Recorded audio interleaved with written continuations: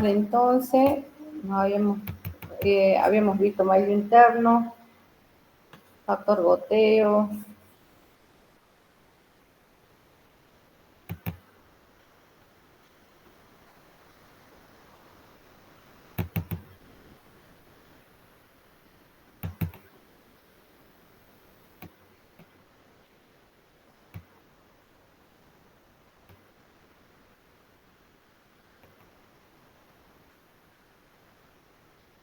Bien.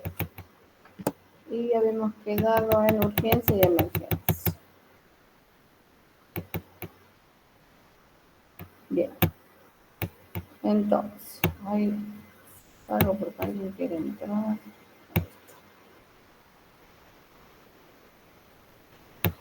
Urgencias y emergencia. Urgencia. Me dicen si se va pasando, ¿saben? Porque a veces no me doy cuenta. Urgencia. Urgencia es una situación que requiere atención médica en un corto plazo, pero no pone en riesgo la vida del paciente. En este caso, se puede esperar un tiempo determinado para recibir atención. Algunos ejemplos de urgencia son crisis nerviosa, cólicos renales o hepáticos, fiebre alta, dolor de garganta, dolor de oído, dolor de cabeza, mareos y bronquitis. ¿Por qué es importante que nosotros sepamos diferenciar de lo que es una urgencia y de una emergencia? Porque esto nos va a dar herramientas para poder luego realizar un triage, ¿sí? Que ya vamos a ver qué es. Porque si no sabemos diferenciar qué es una urgencia de una emergencia, vamos a estar haciendo mal el triaje, ¿sí? Entonces, una urgencia que nos dan ejemplos es una situación en la que requiere atención médica en un corto plazo, pero no corre riesgo la vida. Eso es muy importante de tener en cuenta. No corre el riesgo de vida el paciente, ¿sí? Y la emergencia es una situación que requiere atención médica inmediata porque sí amenaza la vida del paciente, ¿sí? Algunos ejemplos, por ejemplo, son asfixia, traumatismos graves, hemorragia severa, pérdidas no recuperadas de conocimiento, accidentes de tránsito, electroconfusión, crisis convulsiva, ¿sí? Estas situaciones son de emergencia en las cuales sí requiere atención médica de urgencia, porque la vida, corre riesgo la vida del paciente, ¿sí? Entonces es importante diferenciar esto, que la urgencia es una situación médica en la que el paciente necesita atención, pero no corre riesgo su vida. Y la emergencia sí, ¿bien? ¿Se corre ahí la diapositiva? No, No, profe. profe. No, profe. Ahí. Ahora sí, profe. Ahí está. Ahora sí, bien. Esto es lo que yo les decía de urgencia, ¿sí? Es la situación donde la atención sí corre riesgo de vida, la urgencia no, ¿bien? Entonces, ¿qué es lo primero, la urgencia o la emergencia que debe ser atendida? Emergencia. Muy bien, la emergencia. Bien, bien. Es algo que emerge, que surge, Que surge y que corre riesgo la vida. Eso es lo que se sí. diferencia de una y otra, ¿sí? La urgencia no, es de atención inmediata, pero no corre riesgo la vida. En cambio, la emergencia sí, debe ser atendida inmediatamente, ¿sí? Acá dice, la urgencia es una situación de salud que requiere atención médica, pero no pone en riesgo la vida. Ejemplo, congestión nasal, ingestión, bronquitis. Y la emergencia, como fractura, quemadura, envenenamiento, desmayo, convulsión, ataque de asma, dolor de pecho, miles de emergencias. Situación situación de salud que requiere atención médica inmediata, ya que sí pone en riesgo su vida, ¿sí? Acá pasamos a lo que es una sala de urgencia. Una sala de urgencia es un hospital o un departamento de atención primaria o sección de un hospital que ofrece un tratamiento inicial de pacientes con un amplio espectro de enfermedades y lesiones, algunas de las cuales pueden ser potencialmente mortales y requieren atención inmediata.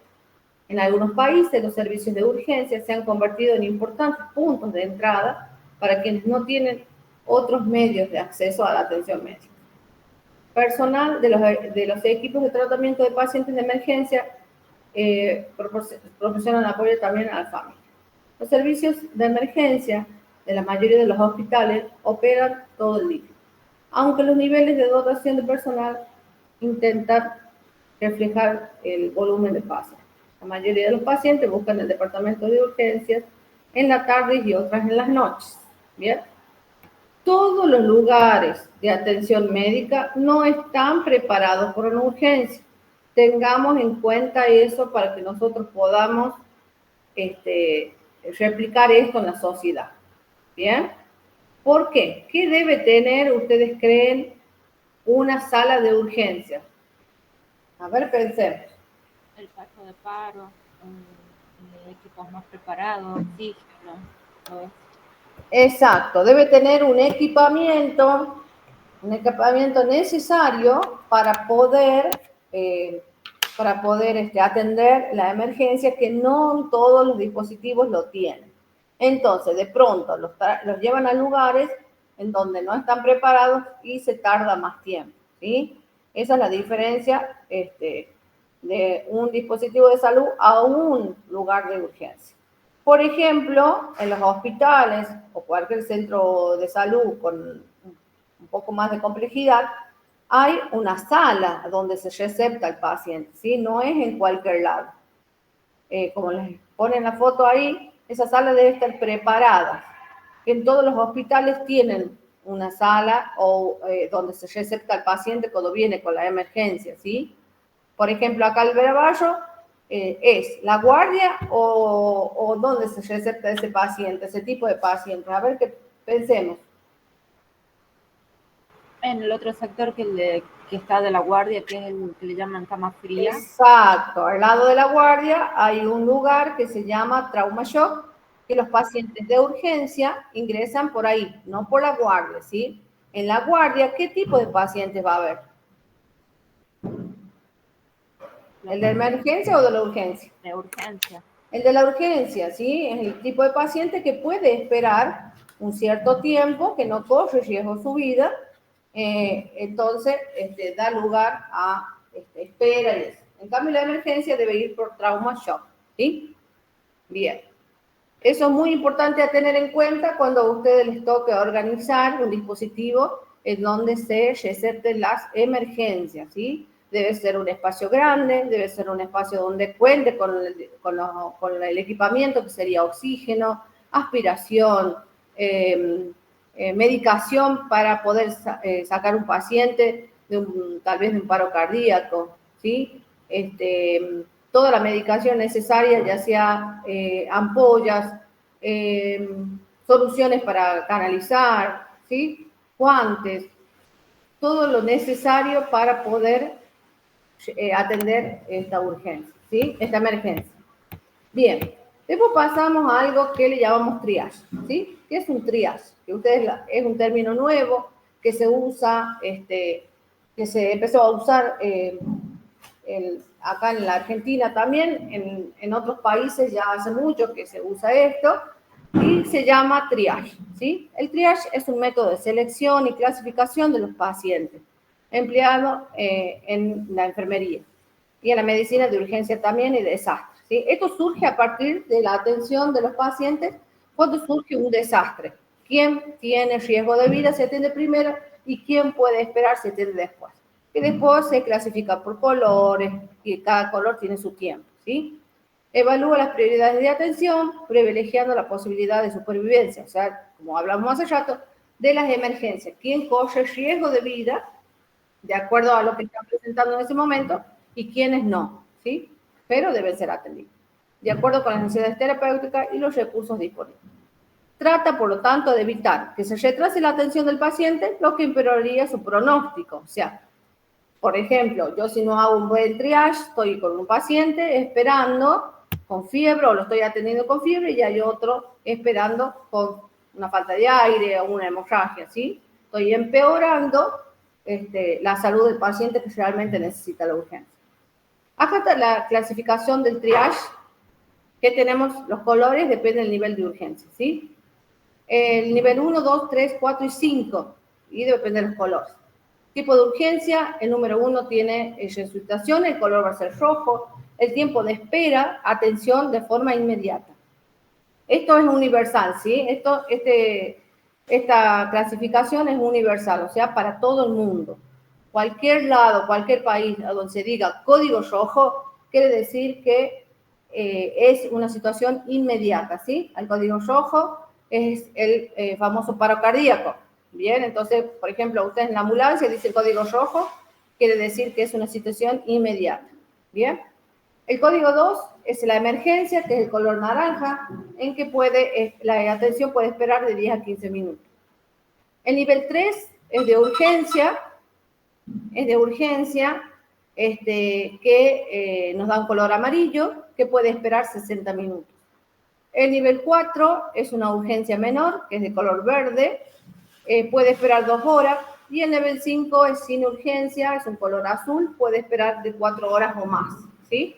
Siempre cuando el administrativo ya acepta al paciente, pasa por esta sala de triage, en donde el personal de enfermería va a valorar y le va a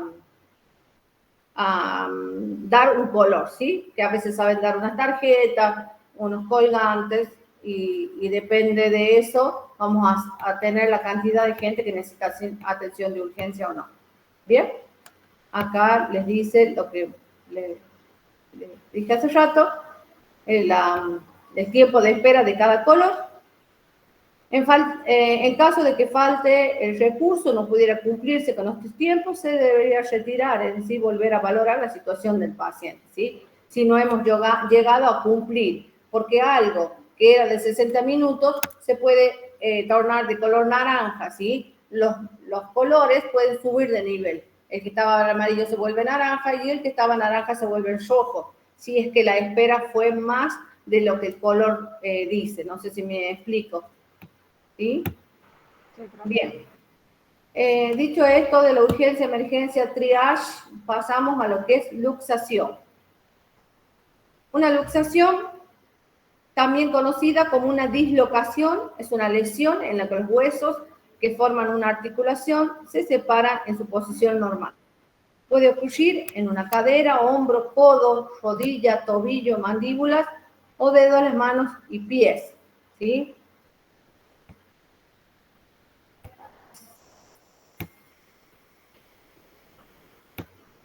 Bien. Las luxaciones pueden ser causadas por caídas, golpes, movimientos de torsión repentinos, actividades diarias si las articulaciones son inestables, ¿sí? O padecen alguna alteración en las articulaciones, ¿sí? Que haga que se luxe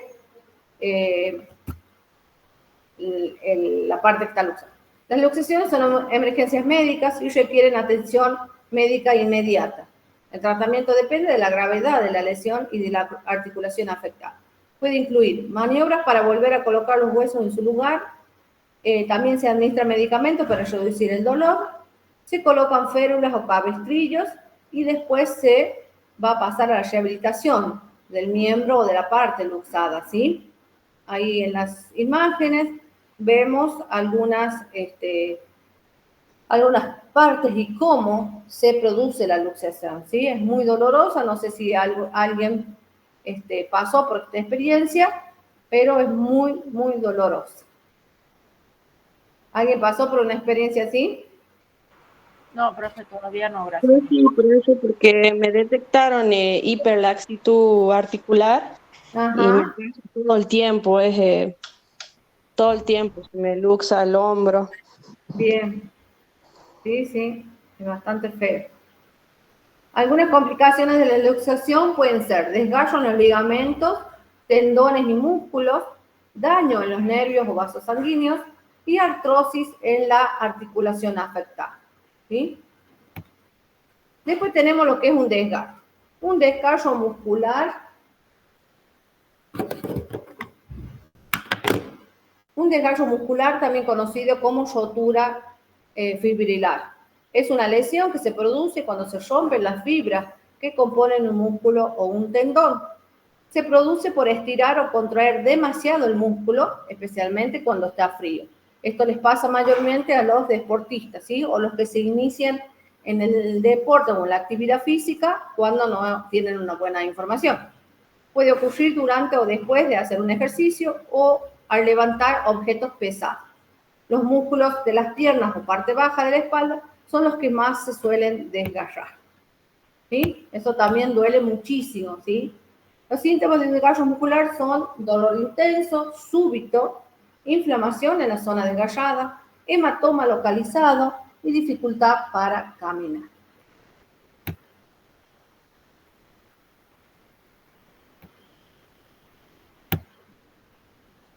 Bien. El tratamiento del desgarro depende de la gravedad de la lesión y se basa en el enfoque RICE se llama. RICE de la R de reposo, evitar actividades que puedan agravar la lesión. Hielo, aplicar hielo en la zona afectada durante 15 o 20 minutos. Compresión, envolver el área lesionada con un vendaje elástico. Elevación, mantener la parte afectada por encima del corazón. ¿Me aguantan un segundo? Ahí sí.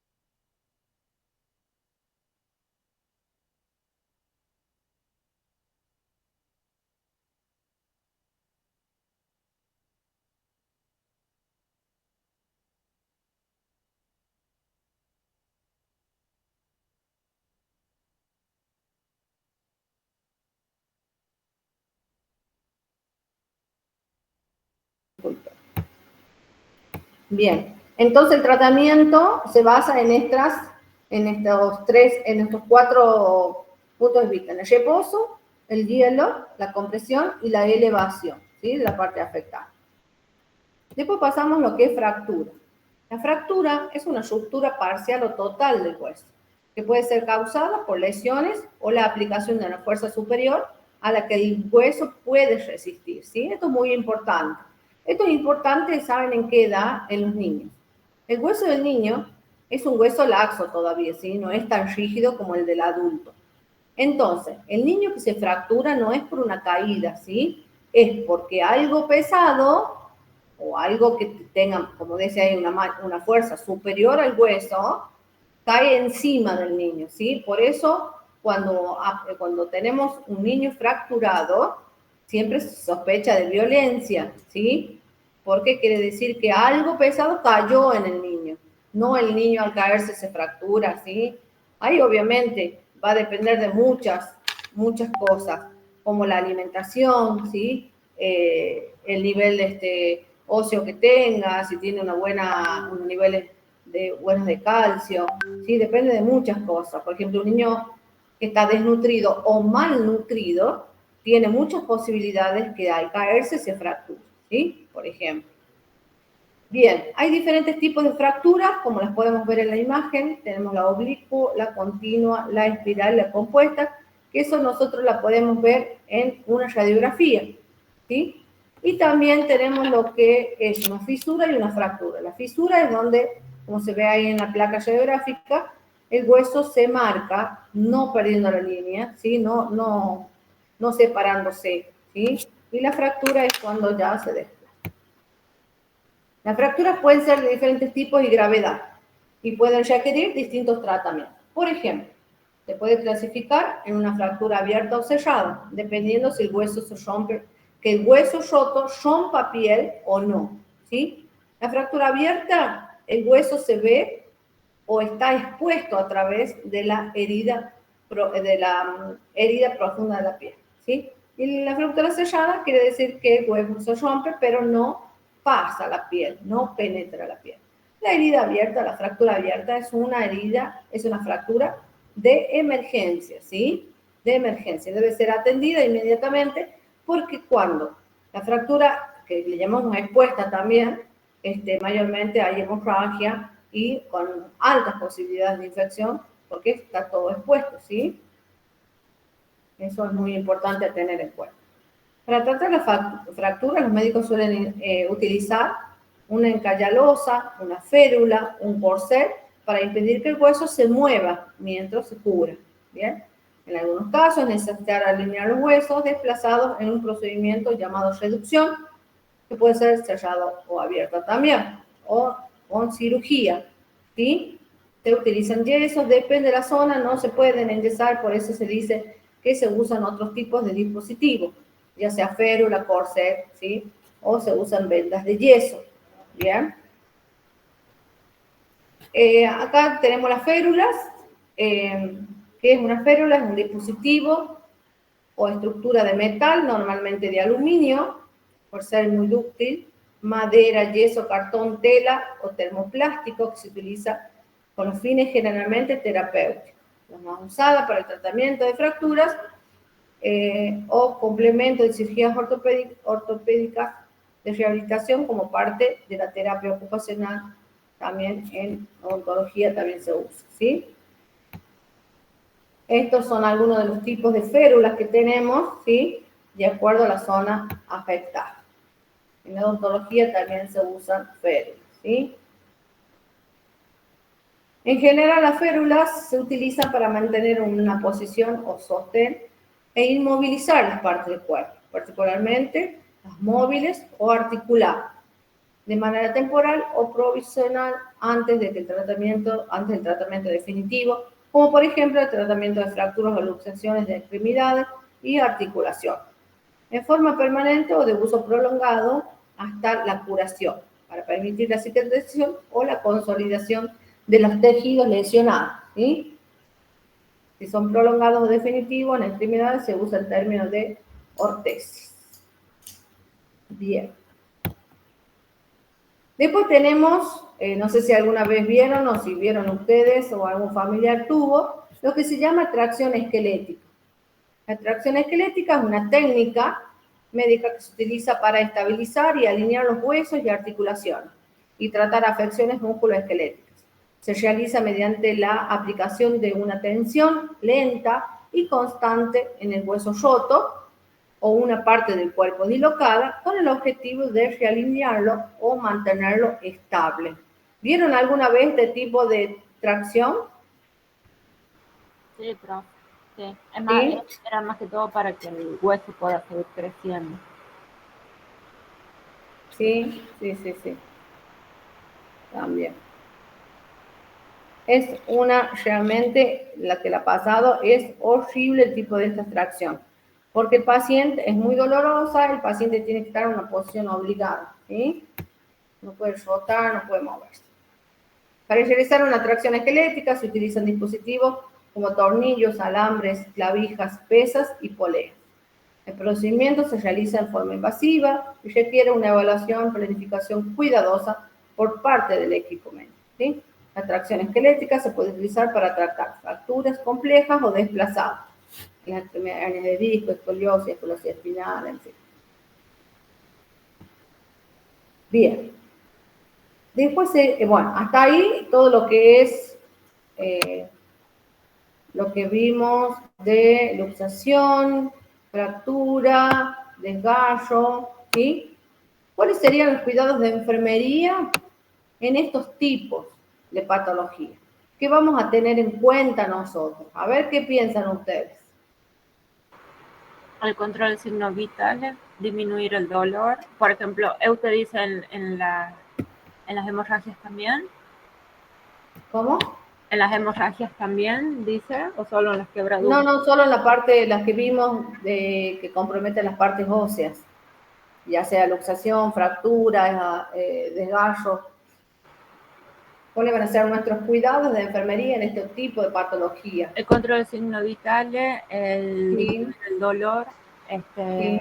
el apoyo emocional, porque hay veces que, por ejemplo, con el otro tratamiento, al estar todo el tiempo en las mismas posturas y demás, Sí, tienen un apoyo psicológico, está bueno sí, acompañar. sí, sí, sí. Hacer el vendaje correcto, los estudios correctos, las Exacto. posiciones correctas. Y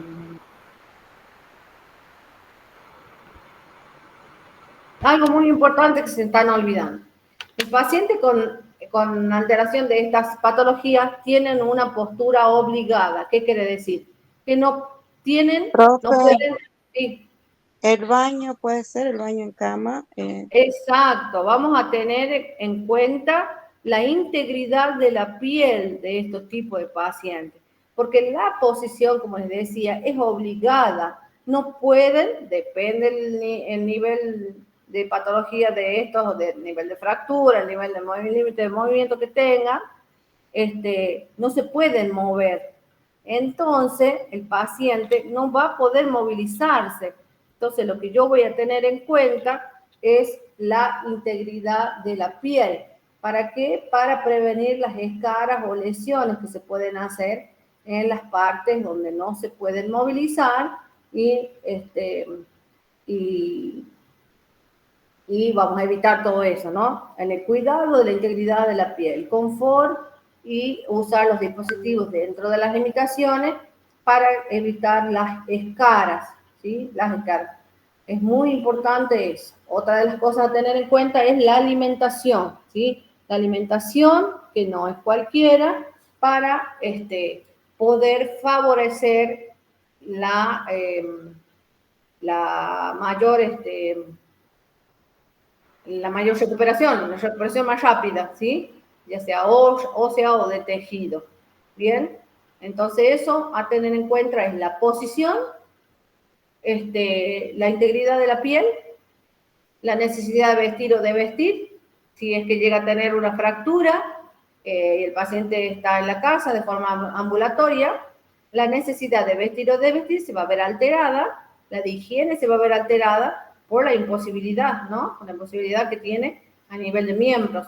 Entonces eso vamos a tener en cuenta a la hora de tener un paciente con alguna de estas alteraciones, ¿sí? Bien, ahora pasamos a lo que es quemaduras. Las quemaduras son lesiones en la piel y otros tejidos causados por contacto con calor, radiación, electricidad o sustancias químicas, ¿sí? Todas estas son cómo se pueden producir una quemadura. Pueden provocar dolor, hinchazón, ampollas, pérdida de piel, cicatrices y en los casos más graves, shock o incluso la muerte, ¿sí? La gravedad de la quemadura depende de su profundidad y del área del cuerpo afectada. Se clasifican en 3 grados. El primer grado afecta a la capa externa de la piel, causando dolor, enrojecimiento e hinchazón. Segundo grado afecta a la capa externa y la capa subyacente de la piel, causando dolor, enrojecimiento, hinchazón y ampolla. Esto es muy importante cuando ustedes tengan que valorar un paciente quemado y tengan que derivar un paciente quemado, ¿sí? Ustedes en el informe de enfermería van a colocar los grados que tiene, depende de la zona, los grados que tiene de quemadura, si son de primer grado. En otros lados las clasifican por letra también. Primer grado, segundo grado, tercer grado, o primero y segundo, son los primeros, ¿entiendes? El tercer grado afecta a las capas profundas de la piel, causando piel blanquecina, oscura o quemada, ¿sí? Y la gravedad también va a depender de cuánto es el porcentaje de piel quemada en la persona. Recuerden que la piel es el órgano más grande que tiene el cuerpo humano, ¿sí? Entonces, si está en su totalidad quemado, en la situación es de emergencia, ¿sí? Es porque se pierden líquidos, electrolitos, plasma, el paciente se puede choquear, ¿bien? Ahí hay un ejemplo de la quemadura de primer grado, ¿sí? La quemadura de segundo grado y la quemadura de tercer grado, ¿bien? Ahí nos dan ejemplos, en la otra no sé si se ven en la imagen, en la de primer grado, que es la famosa quemadura que nos pegamos que nos damos cuando estamos expuestos al sol. La de segundo grado es que se me hace la ampolla. La de tercer grado es cuando esa ampolla, ese reconocimiento, vemos algo blanco, ¿sí? Eso es característico. Cuando hay algo blanco es de segundo grado. Y de tercer grado es, como decíamos antes, es cuando ya hay un color negro, ¿sí? Un color quemado, digamos, o está necrosado el tejido, ¿sí? Ahí nos dan, una estimación de la cura. La de primer grado cura los 7 días, la de segundo grado cura los 14 días, la de segundo grado profundo cura los 21 días y la de tercer grado no cura. ¿Qué quiere decir con que no cura? ¿Qué se debe realizar si el paciente no se cura esa quemadura? ¿Qué piensan ustedes? Un injerto de piel, profe. Pero esa piel está muerta. ¿Qué hago con esa parte? Desbridar, Hay sacarlo. que sacarlo. Y en el peor de los casos, Amputada.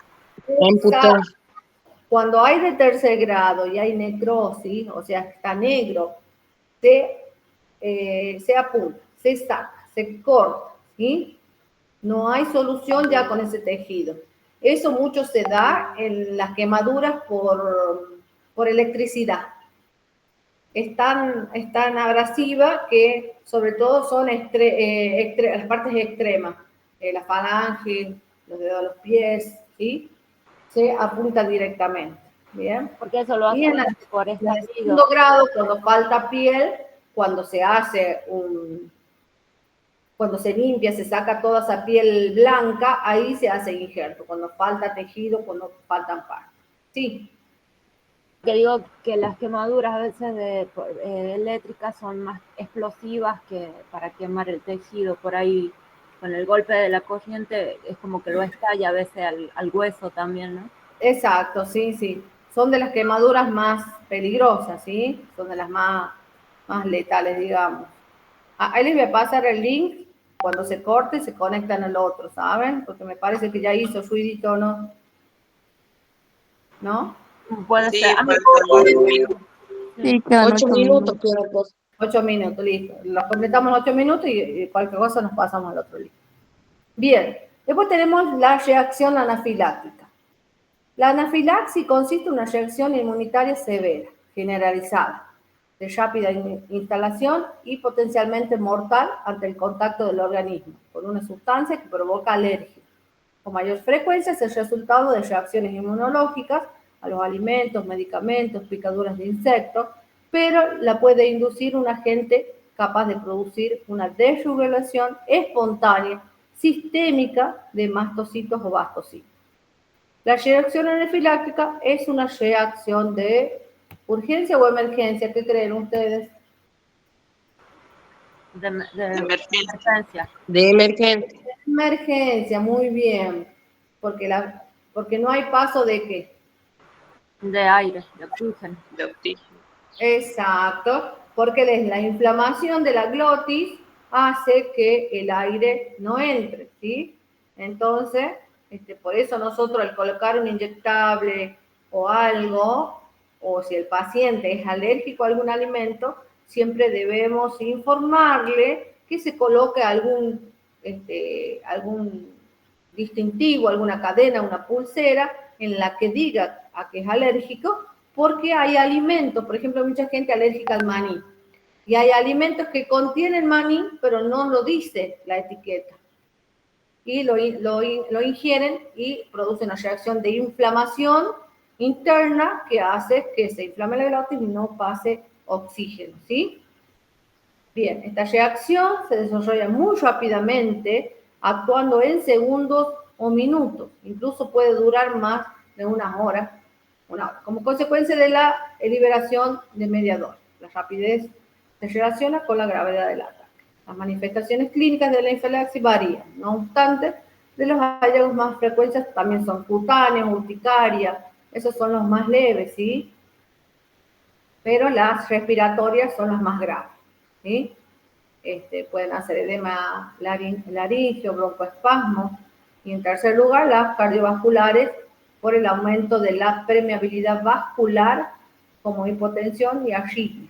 Además, incluyen manifestaciones gastrointestinales como náuseas, vómito, diarrea, ¿sí?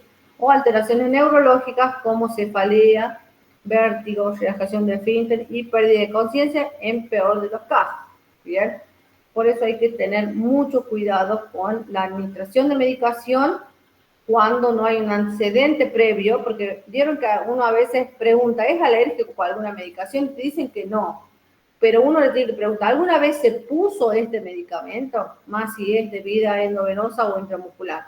Y te dicen no, entonces uno tiene que tener muchísimo cuidado e ir viendo la reacción cuando uno está introduciendo el fármaco, ¿sí? O si ya, por ejemplo, dicen, no, antes tomé o antes me puse y no me pasó nada, ¿bien? Eso también a tener en cuenta. Las acciones de enfermería en las quemaduras. ¿Qué acciones de enfermería vamos a tener en cuenta? Va a depender... Limpiar las heridas. ¿Cómo? La asepsia de las heridas. Claro, la forma de curación va a depender el tipo de quemadura, que sí, si es de primer grado, segundo grado o tercer grado. Las de tercer grado mayormente se hacen en quirófano, porque tienen que ser curaciones estériles, ¿sí? El material es estéril, el lugar donde se va a realizar la curación tiene que ser estéril. Y por ahí la enfermería o la habitación del paciente no es un lugar estéril, ¿bien?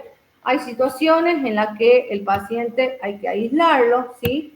El alimento, no sé si lo vieron ustedes, los tipos de aislamiento, no sé si lo vimos el año pasado, alimento por contacto, el elemento respiratorio, creo que lo vimos, ¿o no? ¿Se acuerdan? Que lo vimos a eso en básica,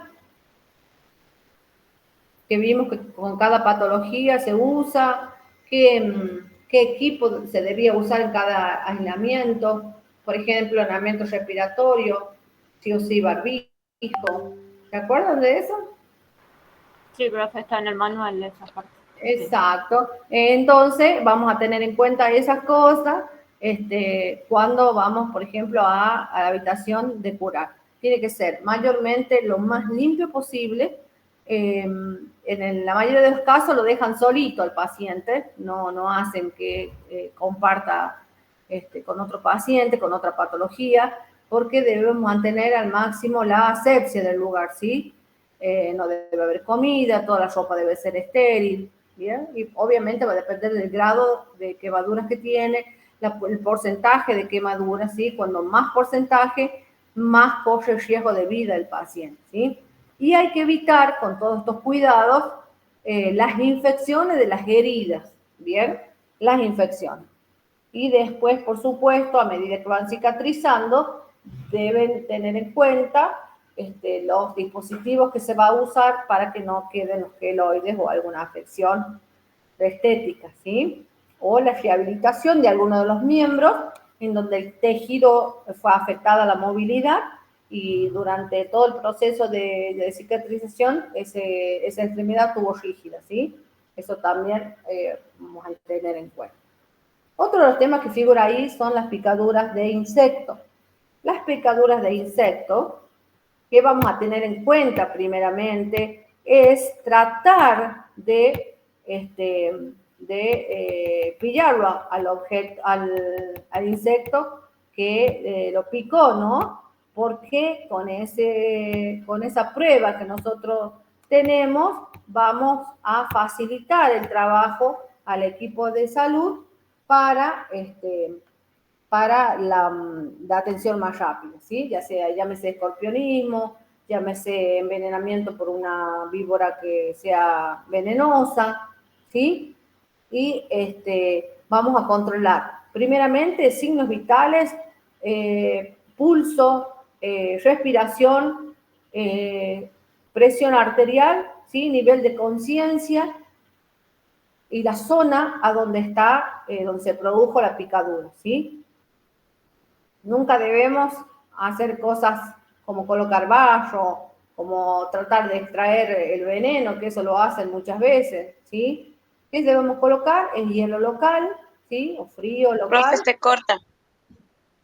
Bien, ahí nos conectamos los dos.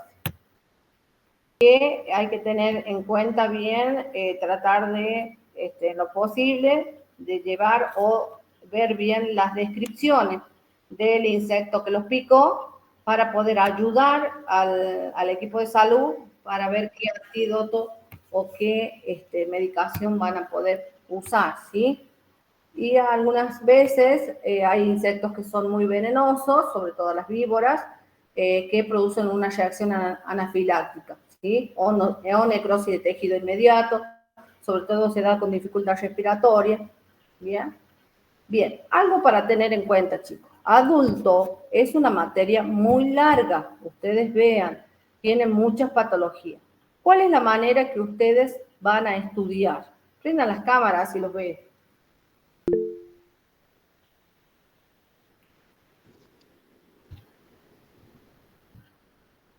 Prendemos las cámaras. El que no prende cámara, lo saco. La mía no anda. Met no puede usar cámara, dice. Porque a veces la cámara depende del nivel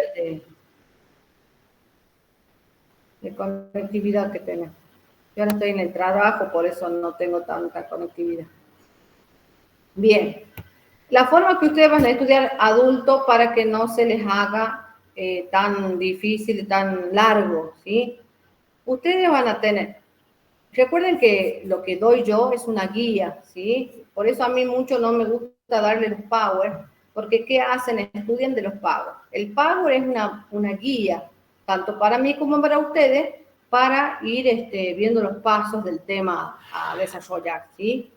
Entonces, lo que ustedes cómo se van a organizar es, van a tomar la patología en cuestión, ustedes primero para estudiar la materia tienen que tener el programa, ¿sí? Unidad por unidad.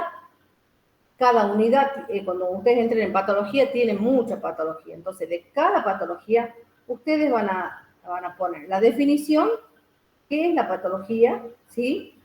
Y en la definición, en la definición, ustedes ahí van a tener en cuenta el órgano que está comprometido con la patología. Ojo con esto. Para que ustedes entiendan la patología y las acciones que nosotros debemos hacer, van a tener que saber anatomía, fisiología de ese órgano, ¿sí? De cómo funciona ese órgano para yo poderla explicar. Recuerden que el examen es oral, ¿sí? Yo no puedo hablar de insuficiencia renal si no sé cómo se funcionan los riñones, cuál es la anatomía del riñón, cuál es la fisiología del riñón, para poder hablar recién de algo que está funcionando mal, ¿sí? Como una insuficiencia renal. Y así con todos los órganos, ¿sí? Bueno, la definición, van a hacer un repaso, porque supuestamente ustedes ya lo saben a la parte de anatomía y fisiología, o lo vuelven a estudiar. Los signos y síntomas de esa enfermedad, ¿sí? Signos y síntomas de esa enfermedad. El tratamiento o resolución de la patología, si se resuelve, si se cura, digamos, con cirugía, con alguna, por decir, una fractura con un yeso, con alguna medicación, ¿sí? ¿Cómo se resuelve esa patología? Y depende de todo eso, cuáles van a ser mis acciones de enfermería en cada patología, ¿sí? Esa es la manera correcta de estudiar a adultos, chicos, ¿sí? Es largo y es mucho. Yo les aconsejo que ustedes se armen su propio apunte. Recuerden que los lineamientos de hoy en día de las cátedras, cualquiera fuere, es abierta. Ustedes tienen mucha tecnología para hacer eso. Ya no nos regimos con un solo libro, ¿sí? Siempre páginas oficiales, recuerden, ¿bien? Esa es la manera de estudiar adultos. Si no, es larguísima, es pesadísimo y siempre van a tener algo incompleto si no la estudian de esa manera, ¿sí? ¿Alguna pregunta? Sí, profe, para el final, ¿se puede estudiar una unidad o sea, presentar la unidad y usted hace preguntas del resto? No sé quién, yo al final no lo tomo. Yo creo que lo toma el profe Gastón y la profe Marín. No me dijeron todavía que tome yo, porque yo estoy afectada a La Rioja a tomar examen final. No me dijeron. A veces Ah, me bien, saben profe. hablar para la parte, para tomarlos, pero si es virtual, sí. Todavía no me dijeron nada. Lo que corresponde para cualquier final, ustedes tienen que estudiar todas las materias, todas las unidades, ¿sí? No pueden ir sin ninguna unidad estudiada o 2 o 3. Y de ahí va a depender de la modalidad del docente. A veces se usa así, que ustedes desarrollen una unidad, recuerden, no es un tema, una unidad que lleva varios temas, ¿sí? Y de ahí se les hacen preguntas de todas las otras unidades, pero va a depender de la modalidad del docente que tome. Otros docentes que hacen es sacan bolilla, no sé si se usa todavía bolillero, allá en Aymogasta, no sé si son presenciales, va a depender de la modalidad de quien lo tome, la forma, ¿sí? Bien, ¿alguna otra O sea, pregunta? profe, que no importa si uno queda regular o libre, se toma igual todo. Es que no hay diferencia del regular o libre. No, no hay. Esta materia no se rinde libre, ¿sí? Porque tiene práctica. Todas las enfermerías no se rinden libre. Y la modalidad del regular o libre, en esta materia, por ejemplo, no hay libre, entonces no hay opción. El libre, en otras materias que son solo teóricas, se toma un escrito y si pasan del escrito, pasan al oral, ¿sí? Acá, en estas unidades, en estas materias no. Hay otras materias que tienen modalidad ¿cómo se dice?, de promoción, cuando no tienen práctica también de promoción, que depende también del docente, ahí saben realizar un trabajo práctico que lo defienden en el oral, nada más. Pero la Claro, modalidad, profe, pero por ejemplo, si uno no aprueba, queda libre. A eso me refería, no, no, no. Ustedes ya están ¿no? regulares, ¿sí? Si ustedes no aprueban el final, no quedan libres. Ustedes No, tienen profe, los parciales. ustedes tienen 2 años y un llamado para rendir la materia. No sé a qué te hace referencia, no te entiendo. Entonces quiere decir, profe, que estamos todos regular en esta materia. Exacto. Yo ya les voy a pasar el listado de, de, de los que están regulares, ¿sí? A menos que no hayan rendido algún parcial. A mí me toca tomar todavía un recuperatorio, los chicos que no han podido rendir la vez pasada, pero la mayoría están regulares, tienen que prepararse únicamente para el final. Y el final pueden Profe, recibirlo 2 años y un llamado. O profe, cuando y usted para quiera. rendir esta, Pasados los años se les vence. Y si se les vence la materia, la tienen que volver a cursar. Eso es otra cosa. Es como el régimen de cualquier materia, chicos. profe, y Sí, para rendir esta materia, primeramente hay que tener anatomía. no sé las correlatividades. Ustedes tienen un plan de correlatividades. No les sabría decir en estos momentos. Sí se puede, Randy. Claro, ustedes no tienen que alternar las correlatividades. En el plan de estudio ahí les sale qué materia tienen que tener para cursar y qué materia tienen que tener para rendir. ¿Sí? Y si no, pídala ahí a la licenciada Marina, ella la debe tener en correlatividad. No alteren las correlatividades porque no se van a poder rendir después, recibir, ¿sí? Porque están violando ¿cómo se dice? El estatuto. Y les invalidan el final, ¿sí? ¿Sí? Ustedes después del primer llamado se pueden anotar. Que uno cuando termina la cátedra carga las actas de regularidad y ya se pueden presentar a rendir el final. ¿Sí? ¿Alguna otra pregunta? No sé si quedó claro o delgado su pregunta. Sí, profe, era esa misma duda, si estábamos todos regular. ¿Sí? Me tiene que pasar lo mismo a la licenciada Marín, el tema de las prácticas de ustedes, si aprobaron la práctica, Y estas son las dos notas, ¿no? Práctica, teoría y práctica.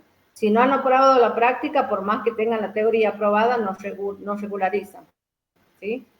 Tienen que tener esas dos instancias aprobadas. Bien, ya terminé de corregir los parciales de salud mental, así que en breve les mando un audio, ¿sí? De las notas. Gracias, profe. Bien, nos vemos el miércoles que viene. Nos vemos el miércoles que viene para los que tengan que recuperar adulto y rendimos el segundo parcial de salud mental.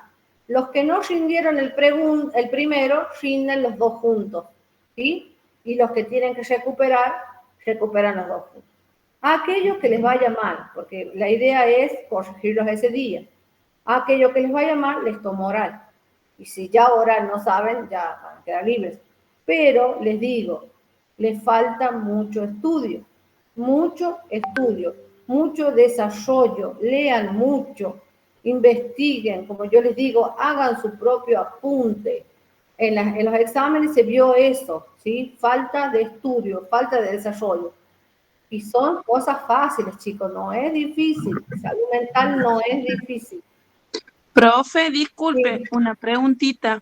Sí. Yo tengo que recuperar el segundo parcial de adulto y Bien. el primer parcial de salud mental, o sea que los rindo todos juntos el otro miércoles. El miércoles a las 14 nos vemos, ¿sí? Bien, profe, mejor, sí, Para sí. que podamos tener rindo tiempo. todo, entonces Sí. hay los dos de Exacto. salud mental y Sí. el segundo de adulto. Exacto. Bien, gracias, profe. Vamos a empezar temprano para que podamos sobrellevar todo lo que implica. Si les va mal en el parcial, puedan pasar a una instancia teórica, ¿sí? Para que no queden libres en salud mental. Profe, como yo tengo que recuperar, bueno, esos 3, no vamos a tener, o sea, un horario, ¿no? O sea, ¿es hasta que termine la clase o cómo es? Ya no hay más clases. ¿Qué clase me habla? O sea, pero yo digo para rendir, no nos va a dar un horario para terminar el examen, yo tengo que rendir los 3. A eso me refería, disculpe. Y va a depender de vos, cuánto te demores en cada examen. Los exámenes empiezan a las 14 y va a depender del tiempo que vos te demores. Los que tienen que recuperar adulto o rendir adulto, vos empezarás con eso y después vas avanzando con los otros exámenes. Claro, a eso me refería, no me expresé bien. O y sea, los que tienen que rendir salud mental solo, empiezan a las 2. Listo, profe. ¿Sí? Y si les va mal, vuelven a recuperar, y si les va mal, ya les tomo oral. Pero la clave es estudiar. Por ejemplo, casi nadie ha hecho la evolución de la salud mental. Chicos, más fáciles que eso. Es más, hay videos en YouTube, un montón. Ustedes me tienen que decir época por época. ¿Qué pasó en el Renacimiento? ¿Cómo se veía la salud mental? ¿Qué pasó cuando aparecen los autores? ¿Qué pasa cuando aparece Pinel? ¿Qué pasa con la salud mental? Ustedes, algunos me han hecho un resumen muy cortito o directamente han puesto, han nombrado, no. Tiene carácter de examen, entonces ustedes tienen que desarrollar. No me pueden poner palabras sueltas, no me pueden poner 2 cositas y ya está. No, tiene carácter de examen, tiene que ser.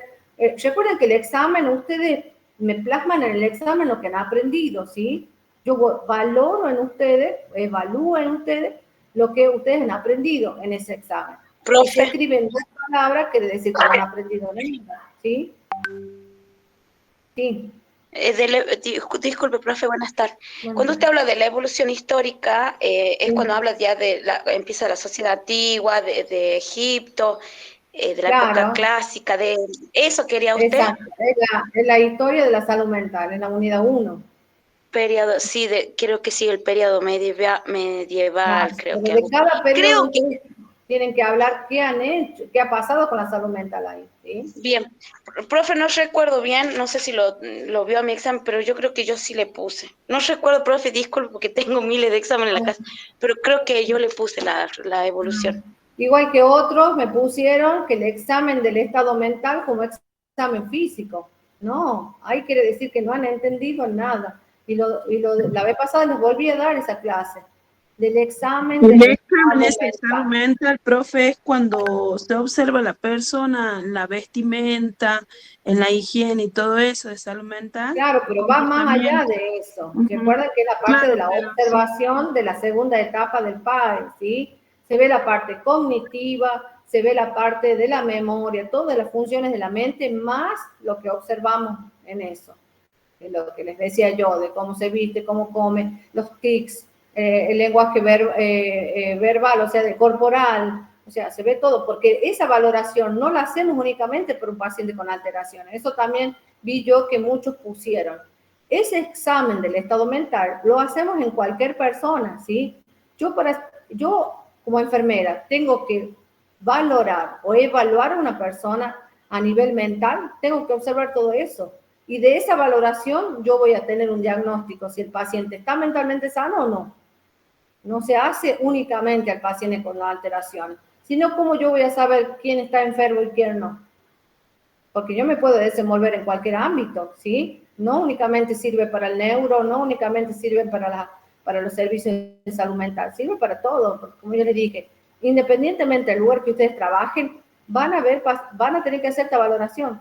Si no, yo le voy a estar diciendo a un paciente, a ver, usted tiene que tomar la medicación cada 8 horas. Si yo no hice una valoración previa de su estado de cognición, si sabe leer, si sabe escribir, si entiende lo que yo le estoy diciendo, su acción de enfermería pasa al vacío, ¿sí?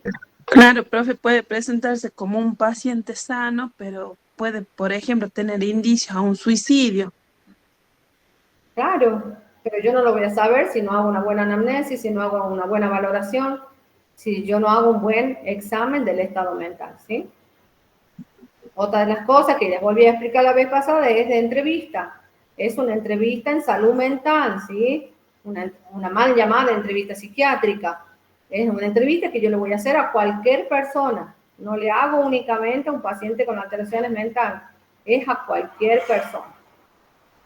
Por ejemplo, cuando estuvimos en las prácticas, a mí y a mis compañeras nos pasó, no estuvimos nosotros en la guardia, pero Sí. ingresó una chica por otros asuntos que había tenido un ataque como de estrés, pero ahí en la observación, el enfermero él estuvo trabajando mucho tiempo en salud mental.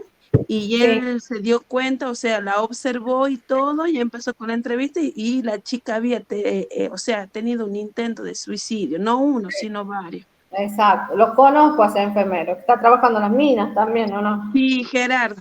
Sí, lo conozco, sí, sí. Muy bien. Sí, así es, así es. Por eso es importante que ustedes lean mucho, estudien, vean videos, hay muchos videos de esto. Como yo le decía la vez pasada, ustedes tienen la ventaja de tener muchas herramientas para estudiar, ¿sí? Que antes únicamente nosotros le dábamos un dossier que era una recopilación de algún libro que nosotros usábamos y los limitábamos a estudiar con eso. Hoy en día no. Hoy en día ustedes tienen mucho material para poder estudiar, ¿sí? Y para poder investigar. Ya pasa como algo personal, ¿sí? Ya pasa como un interés personal de estudiar y reflejar y que se ve en los exámenes, ¿no? Algunos exámenes excelentes, 10. O sea, ahí se ve el interés que han tenido ustedes de investigar, de escribir, de leer, de sentarse, ¿sí? De cada tema. Ustedes tienen que estudiar también ¿cómo se llama? Del programa y de cada tema. ¿Bien? Bien, chicos. Enseguida les paso las notas, ¿sí? Profe, Sí. quería hacer una consulta. Sí. Una niña de 16 años, ¿cómo puede ser que haya contraído meningitis? 16 años, meningitis se contrae es una enfermedad contagiosa, por las gotitas de contagio, por las gotitas de flush que se llama. Pero usted sabe que ella estuvo acá en Aymogasta, de acá la llevaron a Rioja. Y allá, cuando llegó, la diagnosticaron que tenía meningitis.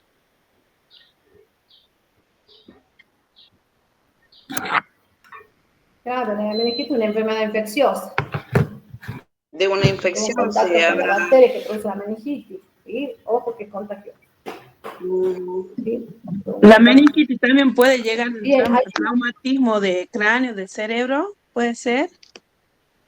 claro, se inflama, sí, sí, la bacteria se inflama, se mueren las personas si no están atendidas a tiempo. ¿Alguna otra pregunta? En relación a salud mental, al examen, ¿sí? Cualquier cosita me manda un mensaje, puedo tardar en contestar. El miércoles que viene, a las 2 de la tarde, nos vemos allá, ¿sí? Así que, pero estudien. De la manera que yo les voy a poder ayudar, pero si estudian. Si ustedes no estudian o no han comprendido el tema, no tengo cómo ayudarlos, ¿sí? Profe, yo No tengo la puede haber... última pregunta. Sí.